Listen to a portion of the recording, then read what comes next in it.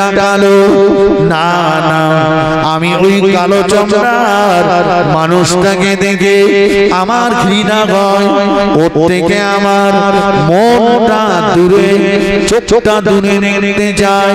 কিন্তু না না, তুমি কি জানো এই কালো চামড়ার মানুষ ছিল হযরতে বেলাল রাদিয়াল্লাহু তাআলা,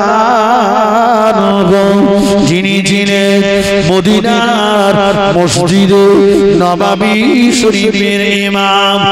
ও ভাইজানেরা, মদিনার মসজিদে নববীর মুয়াজ্জিন হযরতে বেলাল রাদিয়াল্লাহু তাআলা দেখতে কালো ছিল, জবানটা তোতলা ছিল, কিন্তু বেলালের আযানটা আল্লাহ পাকের দরবারে মকবুলিয়াতের আযান ছিল।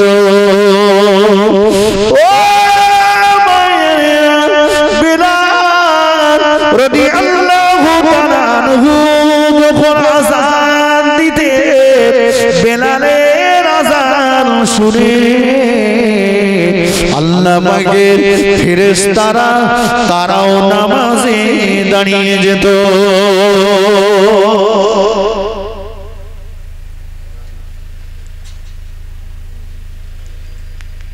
এখন সব ভালো ভালো মুয়াজ্জিন, চকচকে মুয়াজ্জিন আযান দিচ্ছে, কথা বুঝেননি? আযান শুনে শয়তান তো দূরে করে মানুষ পালাচ্ছে। আর বেশিরভাগ মসজিদে মুয়াজ্জিন দেখবেন বয়স্ক বুড়ো, হার্টের রোগী, দমের কষ্ট হয়, তিনবারে আল্লাহু আকবার বলে, এরা মুয়াজ্জিন বেশি। হবে না কেন? তো মাইনে দেয় না, মাইনে দেয় না, 200 টাকা দেয়, ফ্রি আর কত দেবে? বেলাল কালো, কিন্তু তার আযান, কথা বলেন, ভালো। বেলাল কালো, আযান ভালো। অতএব কালো মানুষটাকে দেখে তুমি হিংসা করো না, কালো মানুষটাকে দেখে তুমি ঘৃণা করো না, সিকরান করো না, কারণ কাবা শরীফের গায়ে যে গেলাপটা লাগানো আছে ওটাও কালো। জোরে বলুন, একটু মন খুলে বলুন। ও তোমার টাকা আছে বলে দুনিয়ার গরিব মানুষ, দুনিয়ার খেটে খাওয়া মানুষ, দুনিয়ার জোর মজদুর দেওয়া মানুষ, দুনিয়ার টোটোওয়ালাটাকে, দুনিয়ার অটোওয়ালাটাকে, দুনিয়ার রিক্সাওয়ালাটাকে, দুনিয়ার এই গরিব মানুষটাকে ঘৃণার নজরে দেখো না, ওদেরকে ঘৃণা করো না। কেননা তুমি তোমার দামি খাটে শুয়ে, তুমি দামি দামি খাবার খেয়ে যেটা করতে পারোনি, হয়তোবা ওই গরিব মানুষটা সারা রাত মেঝে শুয়ে, সারা রাত ভ্যান রিক্সার উপরে শুয়ে পড়ে সে আমার আল্লাহকে রাজি করিয়ে ফেলেছে।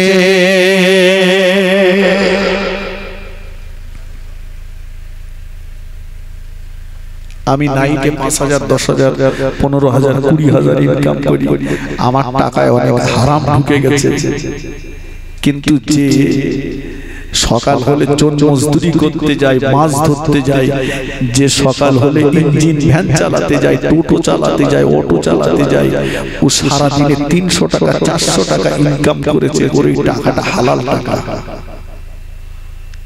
কথা ঠিক কি না? ও হালাল খেয়েছে, আল্লাহকে ডেকেছে, আল্লাহ ওর ডাকে সাড়া দিয়েছে, আল্লাহ ওর ওই পাঁচ ওয়াক্ত নামাজে খুশি হয়েছে। আর আমি তাহাজ্জুদ, ইশরাক, আওয়াবিন, সালাত, তাসবিহ পড়েছি, আল্লাহ খুশি হয়েছে। কাকে ছোট মনে করছে? দেখবেন যখন গ্রামে কোনো কমিটি সমিতি গঠন হয়, মসজিদ কমিটি বলুন, মাদ্রাসা কমিটি বলুন, জলসা কমিটি বলুন, একটু টাকাওয়ালা ধরে ধরি সব করে। গরিব বলে তার দাম নাই, গরিব বলে তার মূল্য নাই। আল্লাহ নবী সাহাবী বলেছিলেন, ও ভাই আব্দুল্লাহ ইবনে আমর, আমি গরিব মানুষ, এমন কোন আমল ইবাদত আমার ভিতরে নাই। 5 ওয়াক্ত নামাজ আমি পড়ি, বেশি নফল নামাজ পড়তে পারি না। রমজান শরীফের রোজা আমি রাখি, বেশি নফল রোজা করতে পারি না। বিবি বাচ্চাদের মুখে আহার তুলে দিতে যে সবসময় আল্লাহ নবীর দরবারে এসে নবীর নূরের মুখের বয়ান আমি শুনতে পারি না। তবে আমার জীবনের একটা গুণ আছে, জানি না আল্লাহ পাক আমার জীবনের এই গুণটাকে, আমার জীবনের আমলটাকে পছন্দ করেছেন কিনা। কি গুণ ভাই একটু বলুন। ও আব্দুল্লাহ ইবনে আমর, আমার জীবনের গুণটা হলো সারাদিন আমার কাছে যারা অন্যায় করে, সারাদিন আমার কাছে যারা অপরাধ করে, আমি রাতে বেলা বালিশে মাথা রাখবার আগে আমি আমার হৃদয় থেকে, আমি আমার অন্তর থেকে আল্লাহর রাস্তে তাদের ক্ষমা করে দিই। আল্লাহর বান্দাকে ক্ষমা করেছে, আমার আল্লাহ আপনাকে ক্ষমা করে দিয়ে জান্নাতি বান্দা হিসেবে কবুল করে নিয়েছেন। জোরে বলুন, একটু মন খুলে বলেন। ভাই রাত্রে বেলা বালিশে মাথা দেওয়ার আগে কি করে?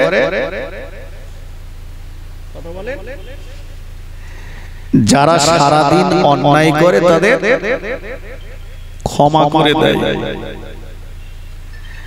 আর আমরা বলছি খোকা ঘুমির ট্যাবলেট খেয়ে ঘুম হচ্ছে না কেন? বলে খোকা ওরে যতদিন আমি বাঁশ না দেবো ততদিন আমি স্বস্তি পাবো না। পরের বাঁশ দেওয়ার জ্বালায় ওর ঘুম উঠে গেছে। কথা সত্য না মিথ্যা? মুসলমানের চরিত্র মিল নেই, এদের ইউনিটি নেই, এদের একতা নেই। পাড়ায় পাড়ায় দল,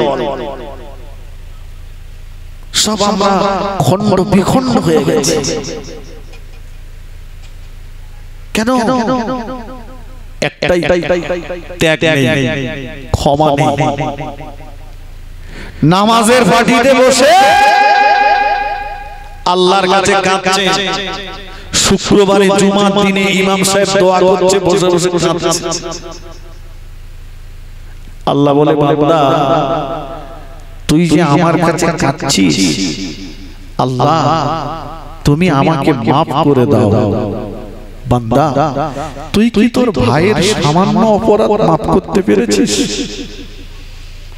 তোর ভাই তোর কাছে সামান্য ত্রুটি করেছে, কে একটু ছাঁচের পানি পড়া নিয়ে ঝামেলা হয়েছে, কে একটু 1 বিঘা জমি নিয়ে ঝামেলা হয়েছে, তোর ভাইয়ের সঙ্গে 6 মাস 1 বছর আলাপ নেই, তারে তুই ক্ষমা করতে পারলি না, তার বিপদে পাশে দাঁড়ালি না, আর তুই আমার কাছে বলছিস ক্ষমা করে দাও আল্লাহ।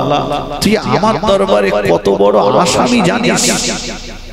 তুই যদি তোর ভাইকে ক্ষমা করতে না পারিস, তুই যদি আমি আল্লাহ আমার একটা বান্দাকে ক্ষমা করতে না পারিস, তুই আমার কাছে ক্ষমা চাস কোন লজ্জায়?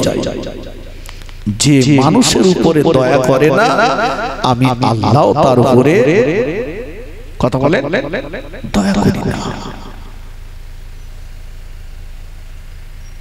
কেন দুনিয়ায় গরম আছে তাই বলে আমার গায়ে রক্ত থাকতে ওর সঙ্গে মেশবো, ওরে জীবন চলে যাবে তোর ভিড়েই পা দেবো। কথা ঠিক কিনা? আবার কেউ বলে শালা মল্লি জানা আমার জানাজা বন্ধ করবি না তুই। চিন্তা করে কিসের এত মস্তানি? তোমার লাঠি আছে না পাটি আছে? টাকা আছে? তোমার থেকে অনেক বড় মস্তান ছিল নমরুদ। ও এত বড় মস্তান ইব্রাহিম আলাইহিস সালামকে বলেছিল, ইব্রাহিম তোমার আল্লাহর সঙ্গে যুদ্ধ করব। কত বড় মস্তান দেখেছেন? সেই মস্তানটাকে আমার আল্লাহ মেরেছে একটা অসুস্থ মশা, হ্যান্ডিক্যাপ মশা ওর ভিতর দিয়ে মাথায় চলে গেছে, গিয়ে বসে বসে টুকটুক করে হুল ফোটাচ্ছে। আর সমস্ত জামানার ডাক্তার কবিরাজ সব ফেল। কি হবে? বলে মাথায় মার। কি দে মারবি? জুতোর বাড়ি মার। কথা বুঝেননি? আলাদা করে লোক রেখেছে মাথায় জুতোর বাড়ি মারার জন্য। আল্লাহ পাক এই অসুস্থ একটা হ্যান্ডিক্যাপ মশা দিয়ে জামানার শ্রেষ্ঠ মস্তানটাকে জাহান্নামে পাঠিয়ে দিয়েছে। অথবা তুমি যে ক্ষমতার অধিকারী হও না কেন, এই দুনিয়ায় আল্লাহর সৃষ্টি জীব যারা, এরা সবাই আল্লাহর পরিবার। সুবহানাল্লাহ বলে। 18,000 মাখলুকাত, এরা সবাই হচ্ছে আল্লাহর পরিবারস্থ লোক। সবাই আল্লাহর পরিবারস্থ। একটা পিঁপড়ে সে আল্লাহর পরিবারস্থ, মশা আল্লাহর পরিবারস্থ, গরু সে আল্লাহর পরিবারস্থ। তোমার ক্ষমতা রয়েছে বলে গরুটাকে মাঠে নিয়ে যাওয়ার সময় হাতে লাঠি রয়েছে, সমাত্র একটা ওর গায়ে ঝেড়ে দিলাম। অবলা জীব। কথা বুঝেননি? মনে রেখো ও কিন্তু আল্লাহর পরিবারের একটা। তুমি যে অন্যায় ভাবে ওর উপরে মারলে এই হিসাবটা তোমার দেওয়া লাগবে। তুমি দুনিয়ার গরিব মানুষগুলোর উপরে অত্যাচারের স্কিম রোলার চালাচ্ছ তোমার ক্ষমতার বলে, তোমার লাঠির আর পাটির বলে।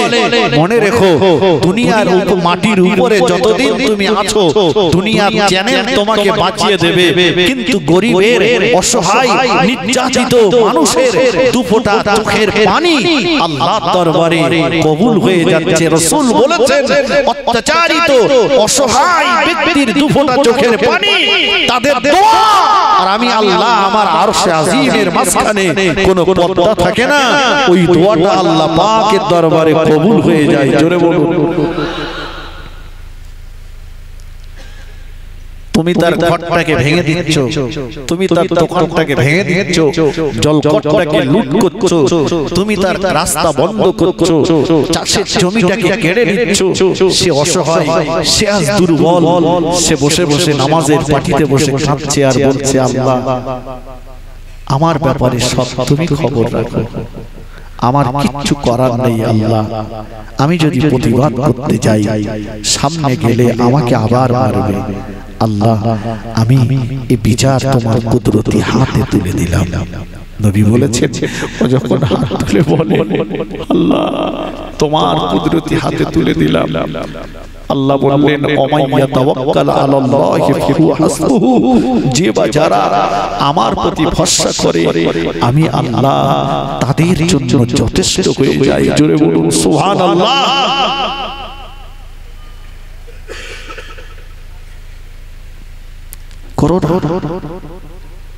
মানুষকে ভালোবাসো, সৎ ব্যবহার করো, ক্ষমা করতে শেখো, তবেই তো তুমি ক্ষমা পাবে। কদিনের দুনিয়া, নবী বলেছেন মানুষ যখন ঘুমিয়ে যায় তার ভিতর থেকে রূহটা বেরিয়ে যায়। এই ক্ষণিকের দুনিয়ায় রূহ বেরিয়ে যাবে, ফিরে আসবে তার কোনো গ্যারান্টি নেই। এত বাহাদুরি তোমার কিসের জন্য? একবার চেয়ে দেখো, একবার ব্যাকগ্রাউন্ডটা দেখো, কত বড় বড় মস্তান এসেছিল, এলাকা যাদের দাপটে কাঁপতো তাদের হাড় মাটি হয়ে গেছে। ঠিক কিনা বলে? এই কথা সত্য কিনা বলে? হাড় মাটি হয়ে গেছে। অতএব প্রতিবেশীর সঙ্গে ভালো ব্যবহার করুন, ব্যবহার করুন। আল্লাহ রাসূল মার খেয়েছেন, নির্যাতিত হয়েছেন, রাসূল পাক সাল্লাল্লাহু না না না বদদুয়া তো করেননি, রাসূলুল্লাহ পাল্টা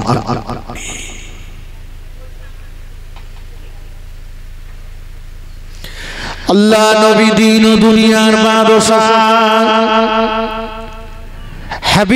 হাবিবুল্লাহ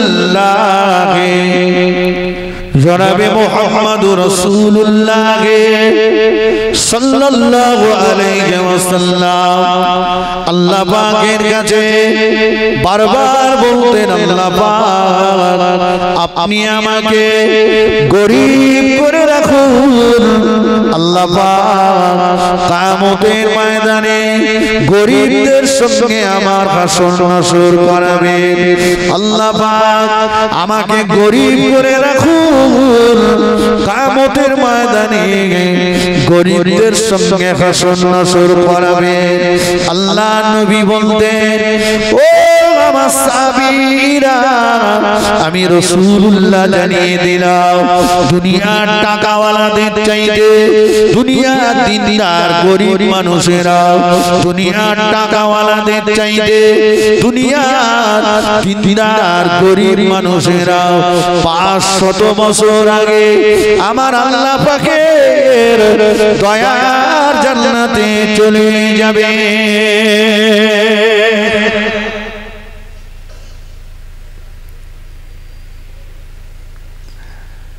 নবী বলতেন, আল্লাহ আমাকে গরীব করে রাখুন, কিয়ামতে আমাকে গরীবদের সঙ্গে হাসর নাসর করাবেন। আর নবী বলেছেন, সাহাবীরা টাকাওয়ালাদের চাইতে গরীবেরা 500 বছর আগে জান্নাতে যাবে, ওরা যদি দিনদার হয়, নেককার হয়।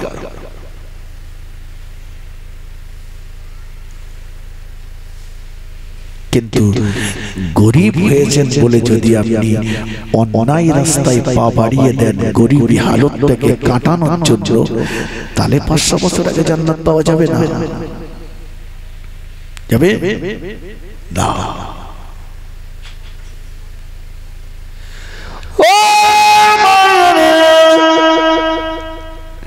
আল্লাহ আমার নবী নূর নবী দয়া নবীকে যদি আল্লাহ সৃষ্টি না করতে তামাম মখলুককে আল্লাহ পাক সৃষ্টি করতেন না। আমার নবী যদি চাইতেন আল্লাহ পাক মক্কা মদিনার জমিনটাকে আমার নবীর জন্য সোনা বানিয়ে দিতেন। আল্লাহ পাক বলেছিলেন, ও আমার হাবিবে প্যারা, আপনি যদি বলেন আমি আল্লাহ পাক আপনার জন্য মক্কা মদিনার পাহাড়গুলোকে, মক্কা মদিনার জমিনটাকে, মক্কা মদিনার নুরি পাথরগুলোকে আমি আল্লাহ পাক আপনার জন্য সোনা বানিয়ে দেব। একটু জোরে বলুন সুবহানাল্লাহ। এই মাইক মেরে এখানে এসো। আমার আল্লাহ বলেছিলেন, হাবিব আপনি যদি চান, আপনি যদি বলেন আমি আল্লাহ মক্কা মদিনার জমিনকে, মক্কা মদিনার নুরি পাথরগুলোকে, মক্কা মদিনার পাহাড় পর্বতগুলোকে আমি আল্লাহ আপনার জন্য সোনা বানিয়ে দেব। জোরে বলে। নবী বলেছিলেন, আল্লাহ না, আপনি আমাকে গরীব করে রাখুন। আর আমরা কোচির মারে বলছি, যা কতদিন আর গরীব থাকবো রে, কতদিন আর গরিব থাকবো? কচির মা বলে তুমি ঠিক বলেছো, সবাই লেকচার আমরা নিলে অসুবিধে। দরুদ শরীফ আল্লাহুম্মা মাইক্রোফোন বাড়াতে হবে, কষ্ট হচ্ছে।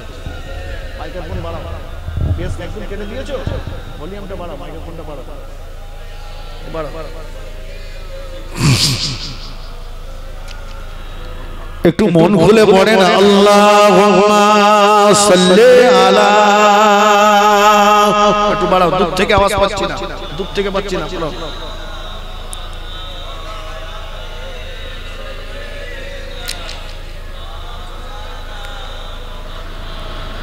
নবীর রওজা শরীফ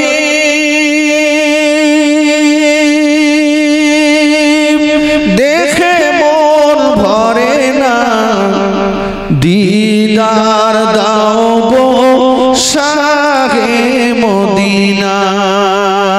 নবীর রওজা শরীফ দেখে মন ভরে না, দিদার দাও গো শাহে মদিনা। আল্লাহুম্মা জ্ঞান জ্ঞান করে আমাদের চ্যানেল ওটা বেশ কাটা আছে, মাইক্রোফোনটা পাচ্ছে না কেন? দূর থেকে বললে যে আওয়াজ পাবো সেটা পাচ্ছি না কেন? কাছে নিয়ে আওয়াজ পাচ্ছি।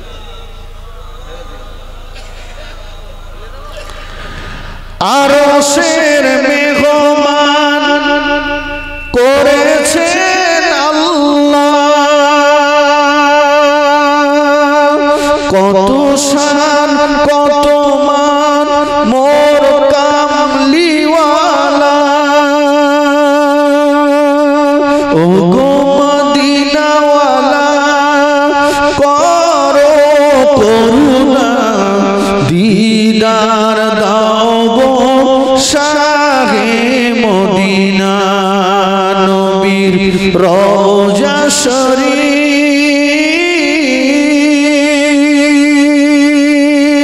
দেখে মন ভরে না, দিদার দাও গো শাহে মদিনা। আল্লাহুম্মা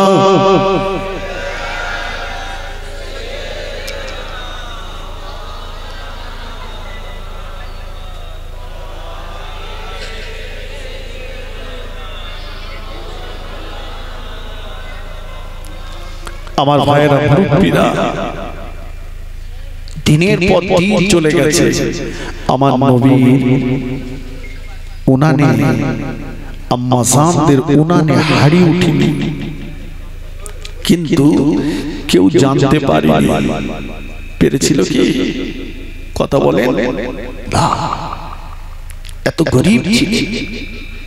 আল্লাহ রাসূল খেজুরের প্রত্যেকটা অংশ ইফতারি করেছেন, বাকি প্রত্যেকটা অংশ সেহরি করেছেন। আহা, গভীর রাত, নিশুতি রাত, আল্লাহ নবীর কয়েকদিন যাবত কিছুই খাওয়া হয় না, ক্ষুধা জ্বালা আর সইতে না পেরে নবী আমার বিছানা থেকে উঠে পড়লেন। গভীর রাত, আল্লাহর নবী মদিনা রাস্তায় ঘুরে ঘুরে বেড়ান। দয়ার নবী লক্ষ্য করে গেল ওই রাত্রে বেলা নবীর সাহাবী আবু বকর সিদ্দিক রাদিয়াল্লাহু তাআলা তিনিও ঘুরে ঘুরে বেড়াচ্ছেন। আল্লাহ নবী আবু বকর সিদ্দিককে ডাক দিলেন, ও বাবা আবু বকর এদিকে আগিয়ে এসো বাবা। গভীর রাত, নিশুতি রাত, বিছানা ত্যাগ করে কেন মদিনার রাস্তায় ঘুরে ঘুরে বেড়াচ্ছ? সিদ্দিকে আকবর বলেছিল, ইয়া রাসূলুল্লাহ, ইয়া হাবিবাল্লাহ, কয়েকদিন হয়ে গেল আবু বকরের বাড়িতে খাওয়ার কিছুই নাই। নবী গো, আমি আবু বকর খোদার জ্বালা সইতে না পেরে, খোদার যন্ত্রণা সহ্য করতে না পেরে বেরিয়ে পড়লাম, কোথাও কোনো খাবারের সন্ধান পাওয়া যায় কিনা।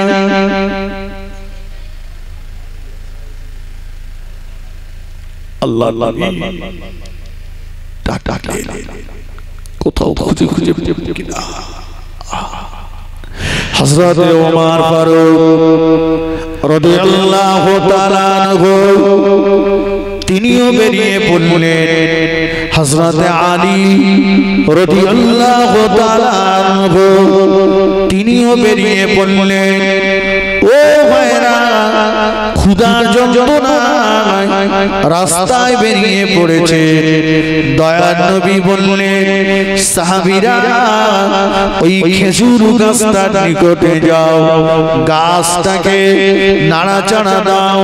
আল্লাহ নবীর কথা শুনে সাহাবীরা যে বললেন, এ মদিনার খেজুর গাছ, নবীওয়ালা ঘরে, নবীর সাহাবীরা ওয়ালা ঘরে। বলবার সঙ্গে সঙ্গে খেজুর গাছের ভিতর থেকে টপ করে কিছুটা খেজুর আল্লাহর জমিনে পড়ে গেল। গরিব, ক্ষুধার যন্ত্রণায় আমাদের কারো রাস্তায় বেরোতে হয়েছে।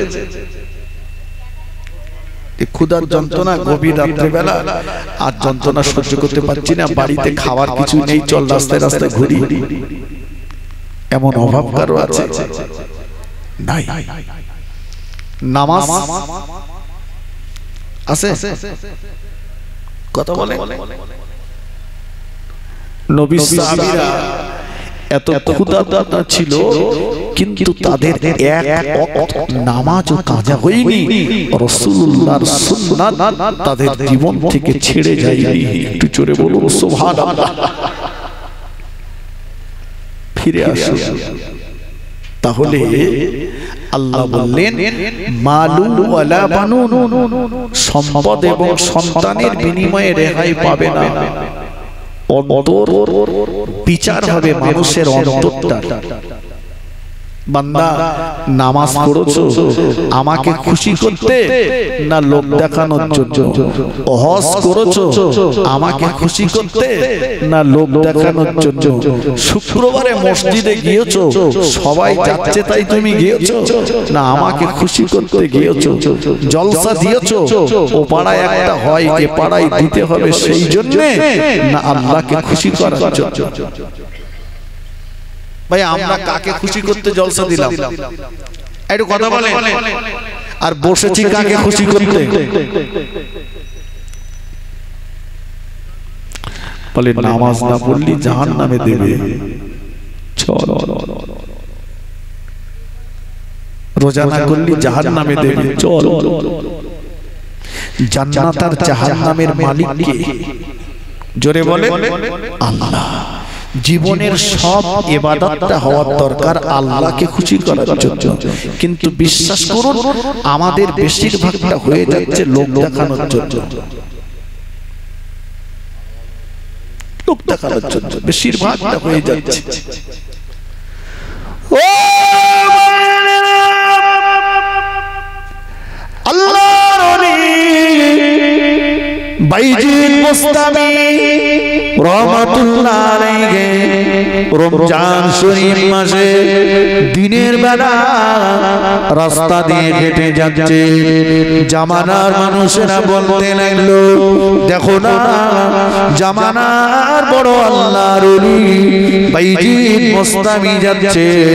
দেখো না জামানার বড় ওলি বাইজিদ মোস্তামি যাচ্ছে।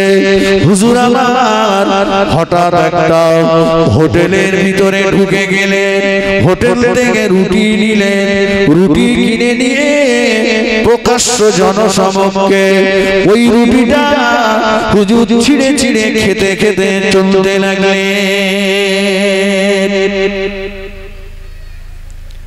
আচ্ছা, রমজান মাসের দিনের বেলা কোন বড় হুজুর যদি রুটি খেতে খেতে যায়, লোক কি বলবে? কি বলবে বলেন? যে আমরা মনে করতাম হুজুর, এখন দেখতে পাচ্ছি তো ভন ভন তো রোজার মাসে দিনের বেলা খাচ্ছে। তো হুজুর খেতে খেতে নিজের হোসরার ভিতরে ঢুকে গেলে ওনার খাদেমদার ওনাকে যে বলছেন, হুজুর কি সর্বনাশ করলেন আপনি? কেন বাবা, কেন? বলছে, হুজুর আপনি রমজান মাসে দিনের বেলা রুটি খেলেন, মানুষ কি সব উল্টো পাল্টা বলছে আপনাকে। ও আল্লাহ বাইজিদ মোস্তামি রাহমাতুল্লাহ আলাইহি বলেছিলেন, বাবা মুরিদ শুনে রাখো, দুনিয়ার মানুষ কে আমাকে কি বললো ওটা আমার দেখবার নয়। ও বাবা মুরিদ, আমি বাইজিদ রাস্তা দিয়ে যখন হেঁটে হেঁটে যাচ্ছিলাম, লোকে আমাকে দেখে বলতে লাগলো, জামানার বড় আল্লাহর ওলি, জামানার বড় আল্লাহর মাহবুব বাইজিদ মোস্তামি যাচ্ছে। ও বাবা মুরিদ, মানুষের মুখে মুখে এই কথাটা শুনে আমি বাইজিদ আমার ভিতরে যদি এক যারা পরিমাণ অহংকারের সৃষ্টি হয়ে যায়, এক যারা পরিমাণ তাকব্বুরি অহংকারী এসে যায়, আমি বাইজিদের জীবনের তামাম নেকিগুলো শেষ হয়ে যাবে। ও বাবা মুরিদ, আমি জানি একটা রোজা ইচ্ছাকৃত ছেড়ে দিলে একটা রোজার বিনিময়ে 60টা রোজা করে দিতে হবে। বাবা মুরিদ, আমি একটা রোজার বিনিময়ে 60টা রোজা করে দিতে রাজি, কিন্তু জামানার মানুষের কাছে আমি বড় আল্লাহর ওলি এ কথাটা শুনতে রাজি নই।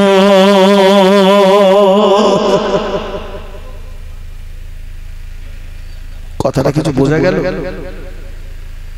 বলছি একটা রোজার বিনিময়ে 60টা রোজা করে দেবো, তবু বিয়াচ্ছা, কিন্তু লোকে আমাকে যে বড় হুজুর বলবে আর আমি ফুলে ঢোল হব, আমার ভিতরে যদি অহংকারের সৃষ্টি হয়ে যায় তো আমার জীবনের সব আমলগুলো বরবাদ হয়ে যায়। মৌলানা সাহেবকে যদি মৌলানা সাহেব না বলা হয়, মনে মনে দুঃখ পাই যে আমি এত বড় একটা মৌলানা, আমার একবার হুজুর বললো না, কি ব্যাপার বলতেন। হাজি সাহেব বিয়ে পড়ানোর সময় এখন দেখা যাচ্ছে হাজি সাহেব হয়েছে উকিল, তা লিখলো সলিমউদ্দিন মন্ডল। হাজি সাহেব বলছে, ইমাম সাহেব একটা জিনিস ভুল হয়ে যাচ্ছে, একটা জিনিস ভুল হয়ে যাচ্ছে, তার মানে আমি হাজি ওটা লিখলে ওটা লেখো আলহাস। কথা বুঝলেন? এই যে গরম,